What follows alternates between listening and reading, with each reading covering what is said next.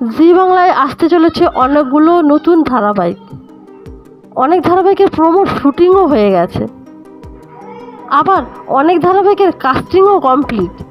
সেই রকম একটি ধারাবাহিকে আসতে চলেছে সকলের প্রিয় পল্লবী শর্মা, যাকে এর আগে আমরা নিমফুলের মধুর মতন ধারাবাহিকে অভিনয় করতে দেখেছি।